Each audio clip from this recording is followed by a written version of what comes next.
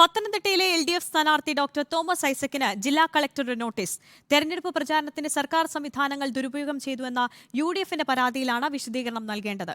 3 ദിവസത്തിനകം മറുപടി നൽകണം. തന്റെ ജനകീയ പരിപാടികൾ UDFനെ അലട്ടുന്നതിനാലാണ് പരാതി നൽകിയതെന്ന് തോമസ് ഐസക് വ്യക്തമാക്കി. കുടുംബശ്രീ സംവിധാനത്തെ LDF സ്ഥാനാർത്ഥി തോമസ് ഐസക് പ്രചരണത്തിനായി ദുരുപയോഗം ചെയ്യുന്നതായി UDF ആരോപിച്ചിരുന്നു. KDISC കൺസൾട്ടന്റുമാരെ ഉപയോഗിച്ച് തോമസ് ഐസക് തൊഴിൽ വാഗ്ദാനം ചെയ്യുന്നതായും UDF ആരോപിച്ചിരുന്നു.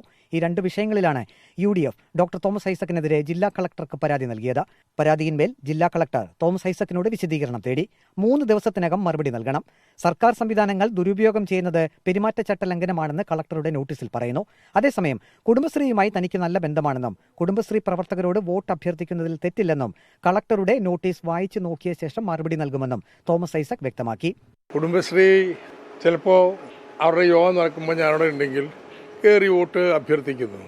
അല്ലാതെ അവരുടെ ഔദ്യോഗിക പരിപാടികളിലൊന്നും പങ്കെടുക്കുകയോ അല്ലെങ്കിൽ പരിപാടിയുടെ ഭാഗമായിട്ട് എന്തെങ്കിലും ചെയ്യുന്നില്ല.